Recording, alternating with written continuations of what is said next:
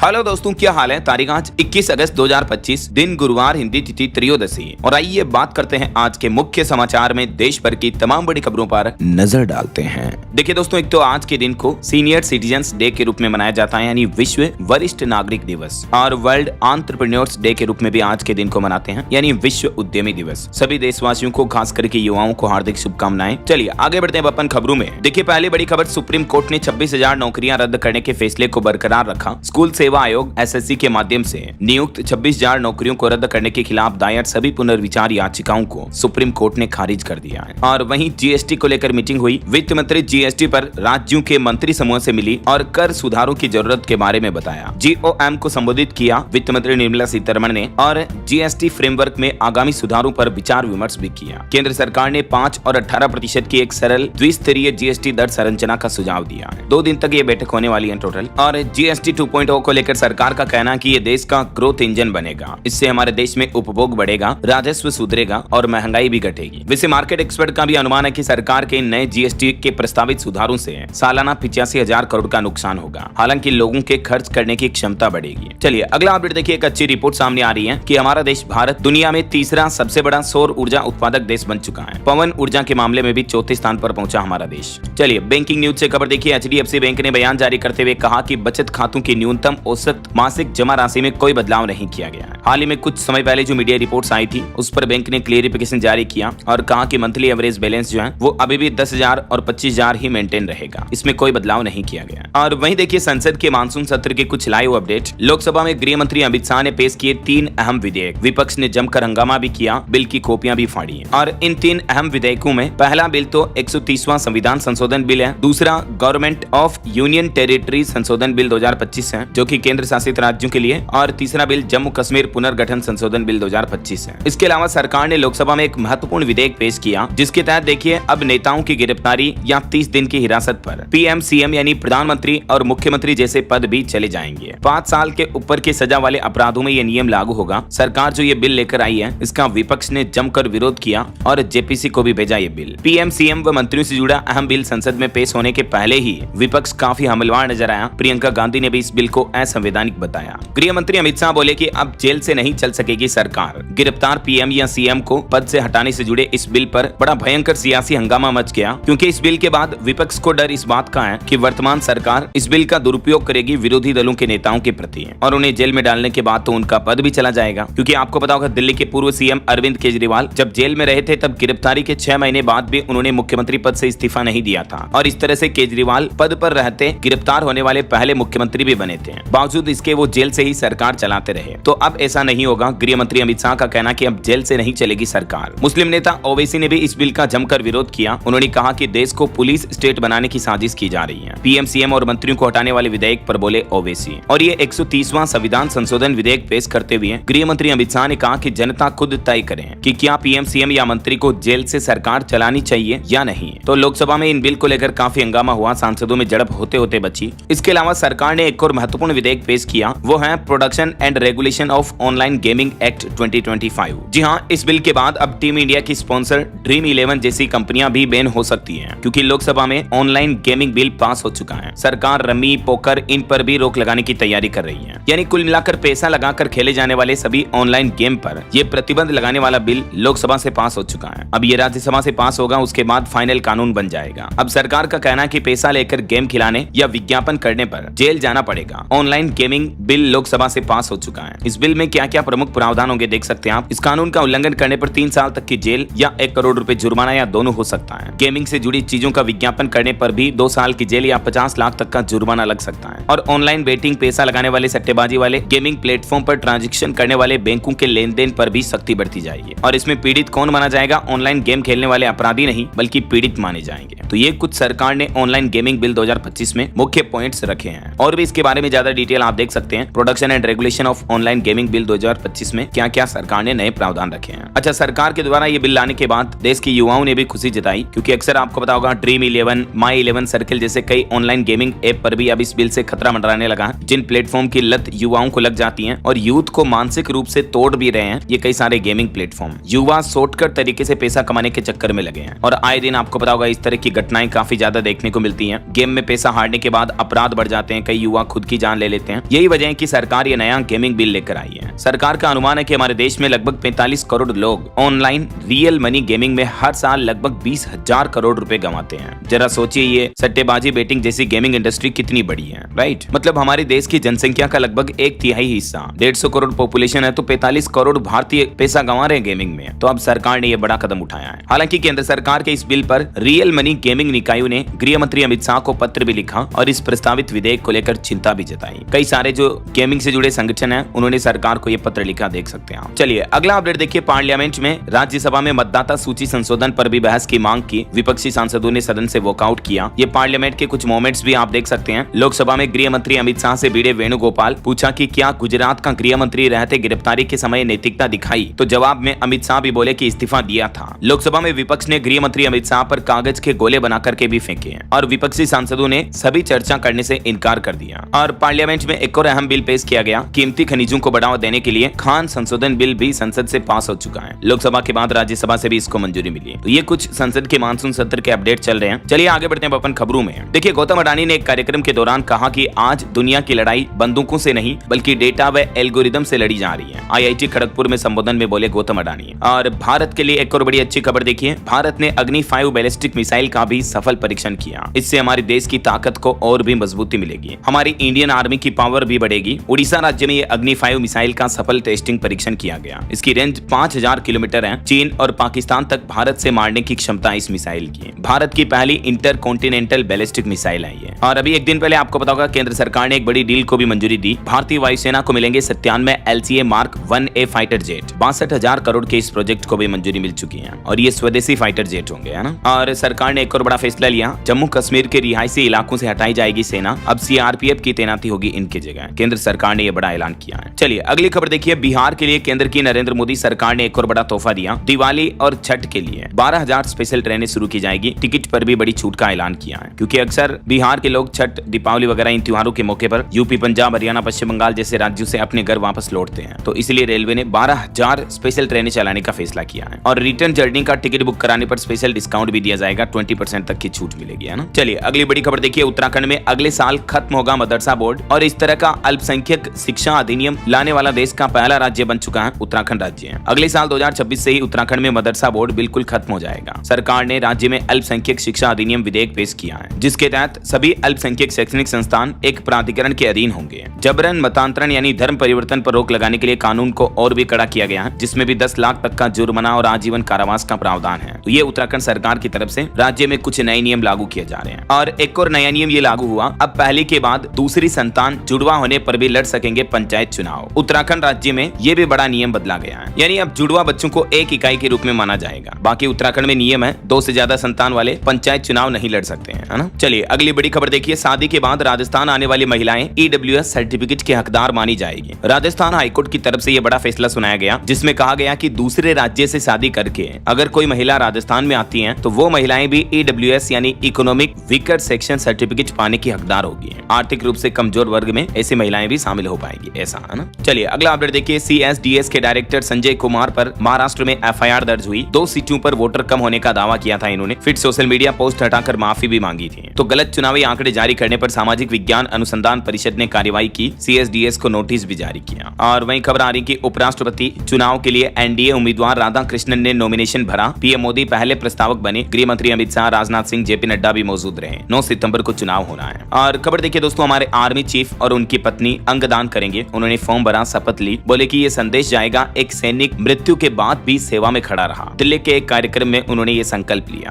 और वाकई में इनके इस संकल्प और त्याग को दिल से सैल्यूट यार। भारत के थल सेना अध्यक्ष जनरल उपेंद्र द्विवेदी और उनकी पत्नी सुनीता श्री ने ये संकल्प लिया अंगदान का। चलिए खबर आ रही है उत्तर प्रदेश में मुख्तार के बेटे अब्बास की विदायगी बहाल होगी वापस। हाई कोर्ट ने 2 साल की सजा पर रोक लगाई थी। कहा था कि अफसरों से हिसाब किताब होगा। वहीं खबर आ रही कर्नाटक राज्य में भी SC आरक्षण में अब सब कोटा लागू होगा। राज्य सरकार विधानसभा में नया बिल ला सकती है। ऐसा करने वाला चौथा राज्य बनेगा कर्नाटक। चलिए अगला अपडेट देखिए। सुप्रीम कोर्ट ने कहा कि खराब सड़कों पर लोगों से टोल वसूलना गलत है और NHAI की याचिका को भी खारिज कर दिया। सुप्रीम कोर्ट ने केस की सुनवाई करते हुए अगर सड़कें बहुत ज्यादा खराब है, ट्रैफिक जाम वगैरह की समस्या हो रही तो ऐसी सड़कों पर टोल नहीं वसूला जा सकता ऐसा। और वहीं दोस्तों अभी एक दिन पहले जो गुजरात के सूरत में एक हीरा कारोबारी के घर से 32 करोड़ के हीरे चोरी हुई थे, आपको पता होगा। होगा। तो इस चोरी की घटना का खुलासा हो चुका है। खुद मालिक ने ही ये चोरी करवाई थी। बीमा क्लेम पाने की साजिश में अपने 2 बेटों को भी शामिल किया और ड्राइवर से 10 लाख रुपए में डील हुई थी कि तुम्हें ऐसे ये हीरे चुराने हैं और फिर हमारी बताई जगह पे पहुंचा देने हैं। तो इंश्योरेंस की रकम हड़पने के लिए ये साजिश की थी। देखिए जरा यार, पहले ही इतने रईस कारोबारी हैं, फिर पता नहीं इतने पैसों का क्या करेंगे कि ऐसे घटिया दिमाग लगाते हैं और ऐसी सस्ती नाकाम कोशिशें करते हैं। क्या कहोगे आप ऐसे लोगों के बारे में? इनकी कंपनी का सालाना टर्नओवर 300 करोड़ रुपए का। तो चलिए अगला अपडेट देखिए। हरियाणा की टीचर मनीषा का आज अंतिम संस्कार होगा। भिवानी और रोहतक के बाद दिल्ली एम्स में उनका तीसरा पोस्टमार्टम भी हुआ और ये मनीषा मामले में अब लॉरेंस गैंग की भी एंट्री हो चुकी है। मनीषा की डेथ मिस्ट्री में गैंगस्टर लॉरेंस ने सोशल मीडिया पर लिखा कि पुलिस और सरकार मनीषा को इंसाफ दें वरना हम उसे इंसाफ दिलाएंगे। और हरियाणा के फिरोजपुर जिरका में मनीषा हत्याकांड को लेकर बजरंग दल ने भी जोरदार प्रदर्शन किया, आरोपियों को फांसी देने की मांग की है। मनीषा केस में लीगल एक्सपर्ट भी बोले कि कई फैक्ट्स छिपाए जा रहे हैं। भिवानी पोस्टमार्टम में सलवार पर एग्रेशन के मार्क पाए गए और जहर की शीशी मिली किया। तो आखिरकार 8 दिन बाद अब मनीषा का अंतिम संस्कार होगा। उनके परिजन इस शर्त पर माने। उनका कहना यह है कि खुद हरियाणा सरकार ने इस मामले में सीबीआई जांच करने और एम्स में पोस्टमार्टम की पुष्टि की थी। चलिए अगली बड़ी खबर आ रही है। हिमाचल प्रदेश विधानसभा में गूंजा भारत पाकिस्तान मैच का मामला। कांग्रेस एमएलए बोले कि पाकिस्तान के साथ नहीं खेलना चाहिए, अनुमति वापस लें। बेरोजगारी को लेकर भी भारी हंगामा हुआ। और वही खबर आ रही है, ओलंपियन पहलवान सुशील कुमार ने भी किया सरेंडर। सुप्रीम कोर्ट से इनकी जमानत रद्द हुई। धनखड़ के पिता बोले कि फांसी चाहिए। स्टेडियम विवाद से जुड़ा मामला है। चलिए खबर आ रही दोस्तों, हरियाणा और दिल्ली की सरकारें मिलकर अब यमुना नदी की सफाई करेगी। दोनों राज्यों की एक संयुक्त वर्किंग कमेटी बनेगी। हरियाणा के मुख्यमंत्री नायब सिंह सैनी बोले कि यमुना से 16,000 एमटी कचरा साफ किया जाएगा। दिल्ली के साथ ज्वाइंट कमेटी बनेगी और पानी साफ करने के लिए नए प्लांट भी लगाए जाएंगे। तो ये हरियाणा दिल्ली इन राज्यों के बीच सहमति बनी है। और वहीं हरियाणा में अग्निवीर जवानों के लिए भी बड़ी खुशखबरी आई। अब जवान की नौकरी से बाहर आते ही उन्हें यहाँ भी नौकरी मिलेगी। पूर्व अग्निवीरों को द्वितीय श्रेणी की नौकरियों में 1% और तृतीय श्रेणी की नौकरियों में 5% क्षैतिज आरक्षण मिलेगा। हरियाणा सरकार ने अग्निवीरों के लिए ये नौकरियों के प्रावधान का बड़ा ऐलान किया है। और पुलिस कांस्टेबल भर्ती में भी 20%, वन रक्षक भर्ती में 10% पद अग्निवीरों के लिए आरक्षित किए जाएंगे। और वही खबर है, हरियाणा में एक और नया आदेश जारी हुआ। मंडलायुक्त की हाँ पर ही भ्रष्टाचार की जांच करा पाएंगे उपायुक्त। हरियाणा सरकार ने भ्रष्टाचार की जांच प्रक्रिया को लेकर भी ये नया नियम लागू कर दिया है। वही खबर आ रही कि हरियाणा में 4,000 कच्चे कर्मचारियों को 11 महीने से काम का न वेतन मिला, नहीं सरकार उनकी नौकरी पक्की कर रही है। तो इस मुद्दे को लेकर भी विधानसभा में हरियाणा की नायब सिंह सैनी सरकार को घेरने की तैयारी कर रहा विपक्ष। और इधर देखिए, मध्य प्रदेश में किसानों ने जमकर आंदोलन किया। कलेक्टर नहीं मिले तो कुत्ते के गले में ही बांधा ज्ञापन। एमपी की छिंदवाड़ा में कांग्रेस का किसान आंदोलन देखने को मिला। पटवारी ने दिया नारा, खाद चोरों कुर्सी छोड़ो। चलिए खबर देखिए, इंटरनेशनल बुक ऑफ रिकॉर्ड्स में हरियाणा पंचकुला के आलोक का नाम दर्ज हुआ, क्योंकि इनकी हार्ट सर्जरी के बावजूद भी ये साइकिल से लेह मनाली पहुंचे हैं। 47 घंटे में 428 किलोमीटर का सफर पूरा किया, इसलिए इनके नाम ये नया वर्ल्ड रिकॉर्ड बना है। और खबर आ रही, गोवा के मंत्री एलेक्सियो स्क्वेरा ने इस्तीफा दिया। उन्होंने कहा कि स्वास्थ्य नहीं बल्कि अपने व्यक्तिगत कारणों से मंत्री पद छोड़ रहा हूं। मुख्यमंत्री का पूरा सपोर्ट भी मिला। इधर छत्तीसगढ़ में देखिए, विष्णुदेव साय सरकार के मंत्रिमंडल में विभागों का बंटवारा किया गया। लखनलाल आबकारी मंत्री बने, गजेंद्र शिक्षा मंत्री में, और पर्यटन और संस्कृति मंत्रालय राजेश को सौंपा गया। रोजगार खुशवंत संभालेंगे। और एक दुख भरी खबर देखिए दोस्तों, पंजाब रोपड़ के जवान की कोलकाता में ड्यूटी के दौरान मौत हो गई। हार्ट अटैक आया। 10 दिन पहले इन्होंने ड्यूटी ज्वाइन की थी। 1 साल की बेटी के पिता भी है। गुरदीप सिंह इनका नाम है। भावपूर्ण श्रद्धांजलि। और वहीं राजस्थान जैसलमेर में देखिए, जासूसी के आरोप में एक और शख्स गिरफ्तार हुआ। आर्मी एरिया में ये पाकिस्तानी नंबरों पर बात करते हुए पकड़ा गया। 15 दिन पहले मैनेजर भी पकड़ा गया था। और बीते दिन पूर्व प्रधानमंत्री राजीव गांधी की जो 81वीं जयंती थी, इस मौके पर संसद में श्रद्धांजलि दी गई। राहुल गांधी ने फोटो शेयर करके लिखा कि पापा के सपने को पूरा करना मेरा लक्ष्य है। प्रियंका गांधी खड़गे वीर भूमि पहुंचे। चलिए खबर आ रही, 1 सितंबर को पेश होगा मध्य प्रदेश के राजा रघुवंशी मर्डर का चालान। मेघालय पुलिस आखिरी सबूत जुटाने इंदौर पहुंची। मोबाइल दुकानदारों से भी पूछताछ करेगी।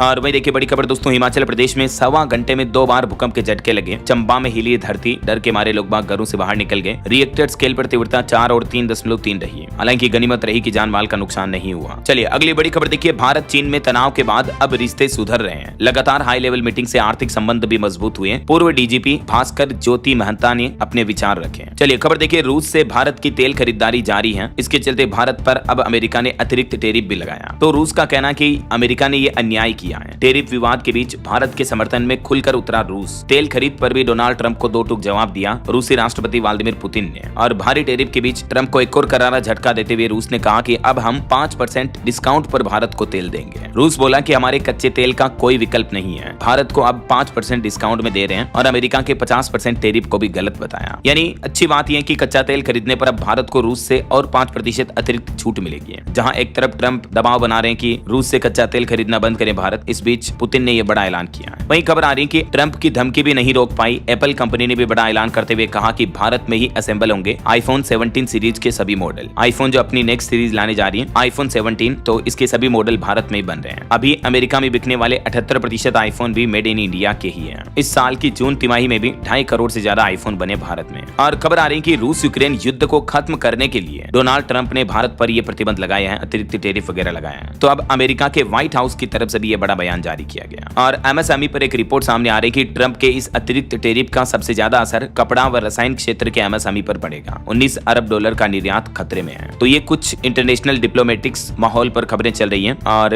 वैसे एमएसएमई को लेकर पश्चिम बंगाल में अच्छी खबर आई है। M1 एक्सचेंज का प्लान है, पश्चिम बंगाल में एमएसएमई को मिलेगा आसान और सस्ता लोन। चलिए अगली बड़ी खबर देखिए, राशन कार्ड को लेकर सरकार ने बड़ा फैसला लिया। अब हमारे देश में 1 crore 17 lakh ration card cancel होंगे और सरकार ने इसकी लिस्ट भी बना दी है। दरअसल खाद्य एवं सार्वजनिक वितरण विभाग की तरफ से पहली बार ऐसे राशन कार्ड धारकों की पहचान की है जो कि नियमों के अनुसार मुफ्त अनाज पाने के पात्र ही नहीं है और हर महीने राशन ले रहे हैं। तो अब सरकार ने इस लिस्ट में 1 करोड़ से भी ज्यादा लोगों के नाम शामिल किए हैं। अब देखिए, विभाग की ओर से जारी जानकारी के मुताबिक इस सूची में 3 तरह के लोगों को अपात्र माना गया है, जिनके पास या तो 4 व्हीलर गाड़ी है, कार वगैरह है, या जो इनकम टैक्स चुकाते हैं, या फिर जो किसी कंपनी में निदेशक है, डायरेक्टर है। अब जरा सोचिए, ऐसे लोग भी फ्री राशन स्कीमों का फायदा ले रहे हैं। खुद को ही उनको शर्म आनी चाहिए कि यार गरीबों का हक क्यों छीन रहे हैं, राइट। और अब देश भर के सभी राज्यों को सरकार ने निर्देश दिया और कहा कि वे इस तरह की सूची के लोगों का वेरिफिकेशन करें और 30 सितंबर तक अपात्र लाभार्थियों के नाम हटा दें। अब उन्हें राशन का लाभ नहीं मिलेगा, है ना। चलिए अगला अपडेट देखिए दोस्तों, अब हमारे देश भर के डाकघर स्मार्ट होंगे। इंडिया पोस्ट की तरफ से 5800 करोड़ की नई एडवांस पोस्टल तकनीक शुरू की है। अब पोस्ट ऑफिस में आपको डिजिटल इंडिया की पहल देखने को मिलेगी। IT 2.0 की शुरुआत हो चुकी है। भारतीय डाक की यात्रा में एक मील का पत्थर साबित होगी है। एडवांस पोस्टल टेक्नोलॉजी प्लेटफॉर्म देश के 1.5 लाख से भी ज्यादा डाकघरों में तेज, विश्वसनीय और नागरिक अनुकूल डाक व वित्तीय सेवाएं प्रदान करेगा। देश भर के सभी डाकघरों में डिजिटल इंडिया पहल का रिजल्ट आपको अब देखने को मिलेगा ना। बहरहाल अभी तो अपन कुछ और महत्वपूर्ण और काम की खबरें देखेंगे दोस्तों, लेकिन फिलहाल वक्त तो चला है आज के ताजा मौसम समाचार जानने का। और हाँ, एक छोटी सी रिक्वेस्ट आपसे ये है कि अगर आप DLS न्यूज चैनल से अभी तक भी जुड़े नहीं हो तो जुड़ जाइए, चैनल को सब्सक्राइब करके बेल आइकन जरूर दबा दीजिएगा और इस वीडियो पर एक लाइक और शेयर भी कर देना, ताकि आपको रोजाना की ताजा खबरें, महत्वपूर्ण मुख्य समाचार, काम के न्यूज अपडेट सबसे पहले आपके मोबाइल पर मिलते रहेंगे। ओके, और चलिए बिना टाइम वेस्ट किए सीधा आगे बढ़ते हैं मौसम अपडेट में। तो देखिए, IMD ने तमिलनाडु के बंदरगाहों में चक्रवात की चेतावनी जारी की, मछुआरों को सावधान रहने का भी अलर्ट किया। और देश की आर्थिक राजधानी मुंबई में आपको पता होगा पिछले 2-3 दिन से लगातार भारी बारिश देखने को मिल रही है। पिछले 24 घंटों में 6 और लोगों की मौतें हो गई। हार्बर लाइन पर लोकल ट्रेन सेवाएं 15 घंटे बाद बहाल हो पाई। मुंबई में लगातार तीसरे दिन भी स्कूल, कॉलेज, दफ्तर बंद रहे। 34 लोकल ट्रेनें कैंसिल करनी पड़ी। मोनो रेल से सभी यात्रियों का रेस्क्यू हो चुका है। और पहाड़ी राज्य हिमाचल के मानसून का लाइव अपडेट देखिए। ऊना के अंब गगरेट जलमग्न हुए। कुल्लू में फ्लैश फ्लड भी हुआ। कई घरों व दुकानों में मलबा भर गया। और इन मानसूनी हालातों के बीच हिमाचल प्रदेश में कल भूकंप वगैरह के झटके भी लगे थे, मैंने आपको बताया था अपडेट। और उत्तर प्रदेश में देखिए, लखीमपुर खीरी में 1 सेकंड में 2 मकान नदी में समा गए। सीतापुर में स्कूल बह गया। ताजमहल तक पहुंचा यमुना नदी का पानी। फर्रुखाबाद में भी 100 गांव डूबे हैं। झारखंड में भी रांची समेत 8 जिलों में भारी बारिश का अलर्ट है। अगले 48 घंटे हेवी रेन की चेतावनी। और राजस्थान के किसानों के लिए भी अच्छी खबर है, बारिश का इंतजार अब जल्द ही खत्म होगा, क्योंकि राजस्थान में इस समय एक बड़े हिस्से में सूखे जैसे हालात हो रहे हैं। तो किसान भाई लोगों की फसलों के लिए बारिश की सख्त जरूरत है। इस बीच अच्छी खबर यह है कि आज 21 अगस्त से ही राजस्थान में बारिश की वापसी होने जा रही है। आज भी राजस्थान के 23 जिलों में भारी बारिश का अलर्ट है। ये राजस्थान के मानचित्र में आप देख सकते हैं। 21 अगस्त को आधे से ज्यादा राजस्थान के इन जिलों में येलो अलर्ट रहेगा। कल 22 अगस्त को भी राजस्थान में भारी बारिश का अलर्ट जारी किया हुआ है और 23 तारीख तक भी यही सिलसिला देखने को मिलेगा।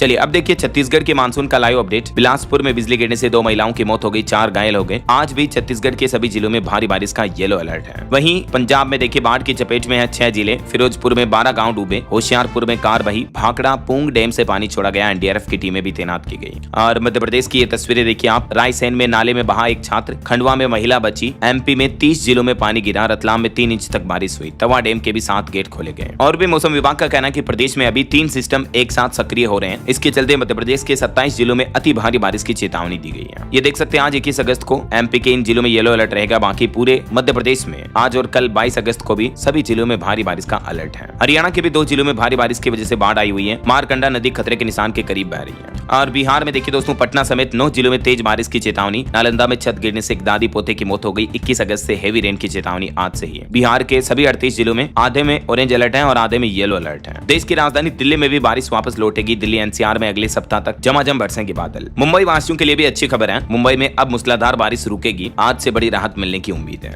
और भी दोस्तों, अगले 24 घंटों के दौरान देश भर में मौसम की संभावित गतिविधियां क्या रह सकती हैं, जिसकी जानकारी आप देख सकते हैं स्क्रीन पर। अलग अलग राज्यों में भारी बारिश देखने को मिलेगी। ओके, और चलिए मौसम के बाद अब अपन आज के सराफा बाजार पर पर नजर डाल लेते हैं तो देखिए चांदी में बड़ी गिरावट देखने को मिली। एक ही दिन में चांदी 2,500 रुपए टूटी और अभी चांदी का भाव 1,11,000 रुपए प्रति किलो चल रहा है, जबकि सोना मात्र 222 रुपए कम होकर अभी सोने का दाम 98,946 रुपए प्रति 10 ग्राम चल रहा है। और भी अलग अलग कैरेट के हिसाब से सोने की कीमतें आप देख सकते हैं स्क्रीन पर। वैसे एक रिपोर्ट सामने आ रही है कि भू राजनीतिक तनाव बढ़ने से सोने की कीमतें इस साल के अंत में $3,600 प्रति औंस तक पहुंच सकती हैं, जो कि अभी गोल्ड का प्राइस जो इंटरनेशनल मार्केट में चल रहा 3300 साढ़े 3300 के लगभग चल रहा, ये बढ़कर 3600 तक पहुंच सकती, यानी हमारे इंडियन मार्केट में लगभग 1,10,000 तक भी जा सकता सोना है ऐसा। ओके, और चलिए अब कुछ मार्केट अपडेट्स पर नजर डाल लेते हैं। देखिए बीते दिन भी भारतीय शेयर बाजार में तेजी देखी गई। सेंसेक्स 213 अंक चढ़कर 81,858 पर बंद हुआ। निफ्टी भी 25,050 के पार पहुंचा। वहीं स्टॉक लिस्टिंग पर खबर आ रही, रीगल रिसोर्सेज के शेयर 39% ऊपर लिस्ट हुए और रेपिडो ने गलत विज्ञापन चलाया तो कंपनी पर 10 लाख का जुर्माना लगा। वहीं वेदांता के डी मर्जर प्लान पर सरकार ने आपत्ति जताई, कहा कि कंपनी ने डी मर्जर से जुड़ी कई अहम जानकारियों को छिपाया। शेयर 2% गिरा। नोमुरा ने वित्त वर्ष 2026 के लिए भारत के विकास दर अनुमान को 6.2% पर बरकरार रखा। पॉली मेडिकेयर करेगी हिमालयन मिनरल वाटर्स का अधिग्रहण, 33 करोड़ में डील हुई। टीसीएस में 30,000 कर्मचारियों की छटनी की खबरें चल रही हैं। आईटी कर्मचारी संघ की तरफ से यह दावा किया गया तो इसके बाद इसका विरोध प्रोटेस्ट भी किया जा रहा है। वहीं खबर है अच्छे काम के लिए 90% परफॉर्मेंस बोनस देगी अब इन्फोसिस कंपनी अपने कर्मचारियों को। इलोन मस्क की कंपनी स्टारलिंक ने आधार कार्ड मैनेज करने वाली संस्था उदय के साथ पार्टनरशिप साझेदारी की है। सैटेलाइट इंटरनेट के जरिए आसानी से कस्टमर जोड़ सकेगी कंपनी। टेलीकॉम मिनिस्ट्री ने भी इस साझेदारी को मंजूरी दी। वहीं अमेरिकी राष्ट्रपति डोनाल्ड ट्रंप ने फेडरल रिजर्व गवर्नर से तुरंत इस्तीफा मांगा। इन पर आरोप है कि घर खरीदने में इन्होंने धोखाधड़ी की है। चलिए अगला अपडेट देखिए। सरकार ने नोटिस जारी किया, आईटीआर फाइलिंग के लिए 1 महीने से भी कम का टाइम बचा है। 15 सितंबर तक ऐसा नहीं करने पर लोगों पर जुर्माना लगेगा। और वहीं खबर आ रही है, अब घर के बच्चे नहीं देख पाएंगे बड़ों ने क्या सामान खरीदा। ब्लिंकिट कंपनी की तरफ से पेरेंट कंट्रोल और सेंसिटिव आइटम्स को हाइड करने का एक नया फीचर लॉन्च किया है। चलिए अगली खबर देखिए दोस्तों। आपको पता होगा बीते दिन दिल्ली की मुख्यमंत्री रेखा गुप्ता पर हमला हुआ और उन पर हमला करने वाला हमलवार राजेश को लेकर एक नया खुलासा सामने आ रहा कि गुजरात राजकोट में इन पर पहले से केस दर्ज है। 9 मामले दर्ज हैं। शराब पीकर झगड़ा करने, मारपीट जैसे आरोप इन पर लगे हुए हैं। हालांकि इनकी मां बोले कि मेरे बेटे का किसी भी राजनीतिक दल से कोई संबंध नहीं है। लेकिन दिल्ली सीएम रेखा गुप्ता पर हमले के आरोपी का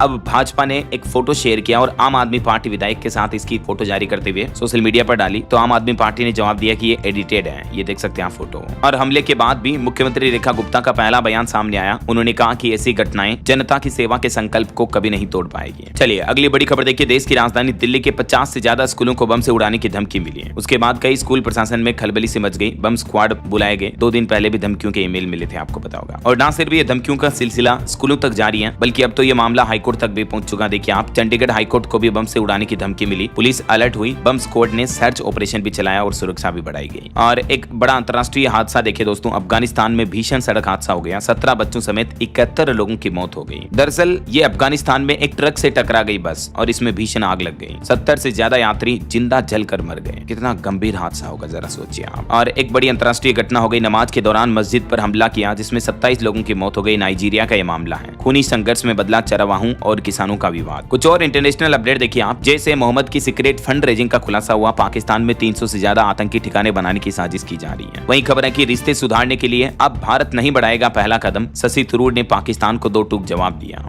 और इधर भारत ने भी बांग्लादेश के खिलाफ साजिश के दावों को नकारते हुए कहा कि हमारी जमीन से किसी भी देश के खिलाफ राजनीति करने की इजाजत नहीं है। और अमेरिकी राष्ट्रपति डोनाल्ड ट्रंप ने वेनेजुएला के पास 3 वॉरशिप भेजे। ड्रग्स माफिया से निपटना इनका मकसद है। वेनेजुएला ने जवाब में 45 लाख लड़ाके तैनात किए और कहा कि अमेरिका पागल हो गया। और देखिए स्वीडन में एक अनोखा मामला सामने आया। 113 साल पुराने चर्च को पहिए लगाकर 5 किलोमीटर दूर शिफ्ट किया जा रहा। और वहीं मलेशिया में एक नया कानून लागू हुआ। नमाज पढ़ना भूले तो 2 साल तक की जेल होगी। 60,000 का जुर्माना भी लगेगा। मलेशिया के तेलंगाना राज्य के शरिया कानून में यह बदलाव किया गया। चलिए बॉलीवुड से खबर देखिए। बिग बॉस 19 में नजर आएंगे WWE के स्टार अंडरटेकर। नवंबर में हो सकती है इनकी घर में एंट्री। 24 अगस्त से ये आएगा शो। और अभी एक दिन पहले जो AI के जरिए पूरी फिल्म बनाने का जो अनाउंसमेंट किया था, चिरंजीवी हनुमान के प्रोड्यूसर पर भड़के अनुराग कश्यप बोले कि ये क्रिएटर्स के साथ धोखा है। चलिए मोबाइल फोन लॉन्चिंग पर खबर है। Realme P4 smartphone series Bharat में लॉन्च हुई। कीमत 18,499 से शुरू। और वहीं एक जवान की वीरता देखिए जरा। राजस्थान चूरू के जवान की टीम ने गिराए पाकिस्तान के 5 फाइटर जेट। ऑपरेशन सिंदूर के दौरान S-400 एयर डिफेंस सिस्टम के लॉन्चर के इंचार्ज थे। अब इन्हें वीरता पुरस्कार मिलेगा। ओके, और खेल जगत से खबर आ रही है। एशिया कप के लिए भारतीय हॉकी टीम का ऐलान हो चुका है। हरमनप्रीत को कमान सौंपी। पिछले साल पेरिस ओलंपिक में ब्रॉन्ज जीताया था। वहीं मनु भाकर समेत जज्जर की 3 बेटियों ने भी जीते ब्रॉन्ज मेडल। सभी को मेनी मेनी कांग्रेट्स। और देखिए बिहार की बेटी ने यूरोप की पर्वत चोटी माउंट एल्ब्रस पर फहराया तिरंगा। बिहार भागलपुर की नमिता इनका नाम है, जिन्होंने ये नया कीर्तिमान बनाया, जो कि पटना के बैंक में एक मैनेजर हैं। मेनी मेनी कांग्रेट्स नमिता को। ओके, और चलिए आगे बढ़ते हैं अपन खबरों में। देखिए खबर आ रही, भारत को मैन्युफैक्चरिंग हब बनाने के लिए एफटीए और मजबूत नीतियों की जरूरत है। उद्योग जगत ने सरकार को सुझाव दिया और एक रिपोर्ट सामने आ रही कि साल 2030 तक दुगुना होगा भारत का एक्सप्रेस लॉजिस्टिक्स उद्योग, 67 लाख नौकरियां भी पैदा होगी। वहीं जीटीआरआई ने भी सुझाव दिया, कहा कि चीनी ढील के बीच भारत को आत्मनिर्भरता पर अब जोर देना होगा। वैसे नौकरियों पर एक और रिपोर्ट सामने आ रही कि त्योहारी सीजन में नौकरियों की बहार आएगी। 88% कंपनियां दूसरी छमाही में बढ़ाएंगी भर्तियों की रफ्तार। मतलब अब अगस्त के बाद कई सारी कंपनियां हायरिंग करेगी ऐसा। और ईपीएफओ ने भी आंकड़े जारी किए, जून में 22 लाख नए सदस्य जुड़े। कोर सेक्टर्स की वृद्धि दर घटकर 2% हुई है। चलिए अगली खबर देखिए। उत्तर प्रदेश के परिषदीय स्कूलों के विलय पर महत्वपूर्ण सुनवाई होनी है आज। इस मामले में सरकार स्पष्ट कर चुकी है अपनी योजना भी, जिसमें सरकार ने कहा कि कोई भी शिक्षक नहीं हटाया जाएगा, 50 की संख्या वाले स्टूडेंट के स्कूल भी चलते रहेंगे वगैरह वगैरह। और उत्तर प्रदेश में फर्जी मार्कशीट लगाकर नौकरी कर रहे प्रदेश के 22 शिक्षकों को भी बर्खास्त किया गया।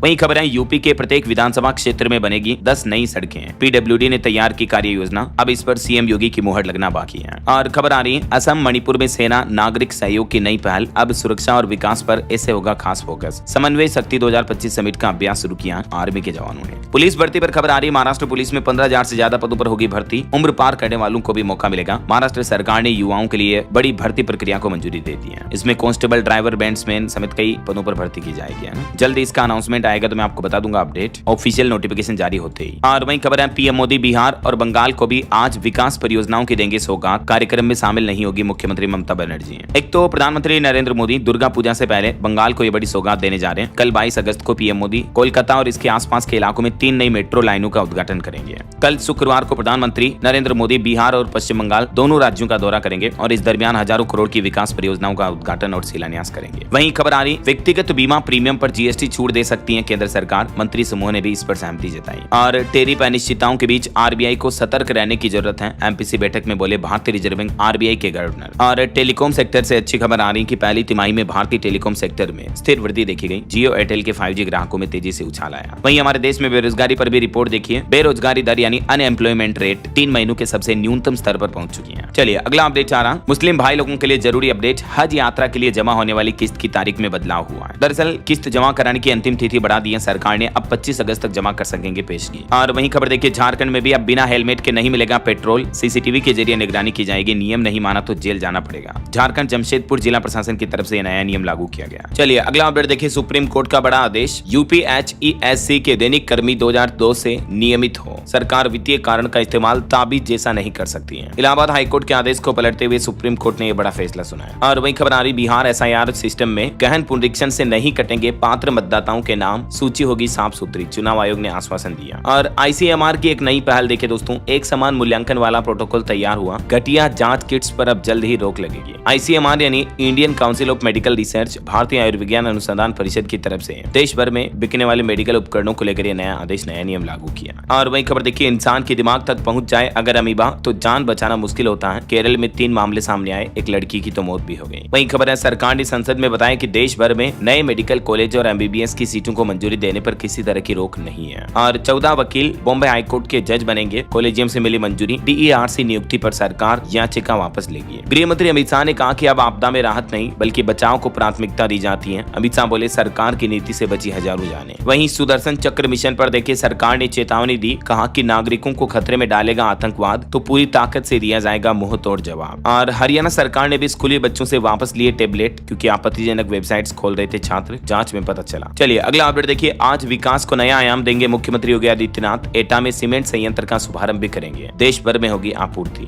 वहीं उत्तर प्रदेश में परिषदीय स्कूलों की विलय पर महत्वपूर्ण सुनवाई होगी आज। और पंजाब सरकार ने बड़ा फेरबदल किया, 22 आईएएस 8 पीसीएस अधिकारियों का तबादला किया गया। मध्य प्रदेश इंदौर में जर्मन कंपनियों का दौरा होने जा रहा, उज्जैन इंदौर में होंगे इनोवेशन से जुड़े बड़े निवेश। और मुख्यमंत्री पुष्कर सिंह धामी ने हंगामे के बीच पेश किया 5315 करोड़ का अनुपूरक बजट, विकास कार्यों को मिलेगी गति। वहीं यूपी में देखिए, जीसीसी को बढ़ावा देने के लिए इन 8 शहरों पर फोकस रखा जाएगा। लखनऊ बनेगा वैश्विक क्षमता केंद्र का उभरता हुआ हब। और खबर आ रही, राजस्थान में अब भ्रष्ट अधिकारियों की खेड़ नहीं, जांच रिपोर्ट उन अधिकारियों के घर के बाहर चिपकाई जाएगी। और खबर देखिए, यूपी में 15 अक्टूबर से कर सकेंगे जन्मभूमि परिसर के अन्य स्थलों के दर्शन भी। राम मंदिर में श्रद्धालुओं को ये सुविधाएं मिलेगी। और देखिए, अवैध गर्भपात को लेकर एक्शन में आई हरियाणा सरकार, 38 अस्पतालों को नोटिस भेजा, कहा कि दोषी पाए गए तो लाइसेंस रद्द होगा। छत्तीसगढ़ में नारायणपुरम में 30 लाख रुपए के इनामी 8 नक्सलियों ने आत्मसमर्पण किया। और देखिए, उत्तराखंड में भी दोस्तों, नदन्ना गांव के पोल्ट्री फार्म में 1985 मुर्गियों की मौत हो गई, उसके बाद हड़कंप हड़कंप मच गया। बर्ड फ्लू की पहुंच यूपी के बाद अब उत्तराखंड तक पहुंच गई है। और हिमाचल में पर्यटन निगम के होटल व रेस्तरां का नहीं होगा निजीकरण, मुख्यमंत्री सुखविंदर सिंह सुक्खू सरकार ने क्लियर किया। बिहार में देखिए पोस्टर से नहीं, अब यात्रियों को आधुनिक डिजिटल टीवी से मिलेगी ट्रेनों की जानकारी। रेलवे की करोड़ों की आय भी होगी इस नई पहल के जरिए। बिहार मुजफ्फरपुर से रेलवे ये नई पहल शुरू कर रहा है। और एमपी में अभ्युदय 2025 कार्यक्रम का सीएम मोहन यादव ने उद्घाटन किया, युवाओं का हौसला भी बढ़ाया। राजस्थान में आरजीएचएस योजना में जेलों में सीएमएचओ होंगे अब योजना के जिम्मेदार, मां योजना के नोडल अधिकारी संभालेंगे आरजीएचएस का कार्य। और परिवहन मंत्री नितिन गडकरी ने बड़ा दावा किया, बोले अगले 5 साल में दुनिया में पहले स्थान पर होगा भारत का वाहन उद्योग। वहीं खबर है यूपी के स्कूलों में बड़ा बदलाव होने जा रहा, बच्चों को हर महीने मिलेगा ये सामान। दरअसल उत्तर प्रदेश में अब आंगनबाड़ी व बाल वाटिकाओं के बच्चों को हर महीने स्टेशनरी दी जाएगी। योगी सरकार की तरफ से यह बड़ा फैसला लिया गया। बिहार के कुछ अपडेट देखिए दोस्तों, बिहार के भी सरकारी स्कूलों में अब छात्रों को मिलेगी ये ट्रेनिंग। शिक्षा विभाग ने निर्देश में कहा कि छात्रों को जीवन कौशल और डिजिटल कौशल का प्रशिक्षण दिया जाएगा स्कूलों के माध्यम से, है ना। और बिहार सारण में देखिए बाढ़ पीड़ितों को नीतीश सरकार ने राहत दी, हर परिवार को मिलेंगे 7-7 हजार रुपए। बिहार सरकार ने उर्वरक की आपूर्ति पर भी कड़ी निगरानी रखना शुरू कर दिया। कालाबाजारी में शामिल 214 दुकानदारों के लाइसेंस भी रद्द किए गए। वहीं अगले साल 2026 के लिए बिहार के सरकारी कर्मचारियों की छुट्टियों का कैलेंडर जारी हो चुका है। आप ऑफिशियल वेबसाइट पर चेक कर लीजिएगा। कार्यपालक आदेश के तहत 11 दिन छुट्टियां होंगी। और बिहार के विद्यालयों में कर्मचारियों की संख्या में भी बढ़ोतरी हुई, 5353 कर्मचारियों की नियुक्ति हुई। वहीं देखिए बिहार के ग्रामीण इलाकों में अब मजबूत होगी स्वास्थ्य सेवाएं, 410 चिकित्सा पदाधिकारी भी बहाल हुए हैं। और टेक न्यूज से एक अनोखी खबर देखिए दोस्तों, अब रोबोट के अंदर प्रेगनेंसी डेवलप होगी। रोबोट बच्चों को जन्म देंगे, 9 महीने बच्चों को गर्भ में रखेंगे रोबोट। जैसे सेरोगेसी होती है ना, किसी दूसरी माँ के गर्भ में अन्य माता पिता के बच्चे का विकास होता है, तो ठीक वैसे ही अब रोबोट के पेट में बच्चों का विकास होगा, जिससे महिलाओं को अपनी कोख में बच्चा नहीं पालना पड़ेगा। एक बच्चे के लगभग 12 लाख लगेंगे।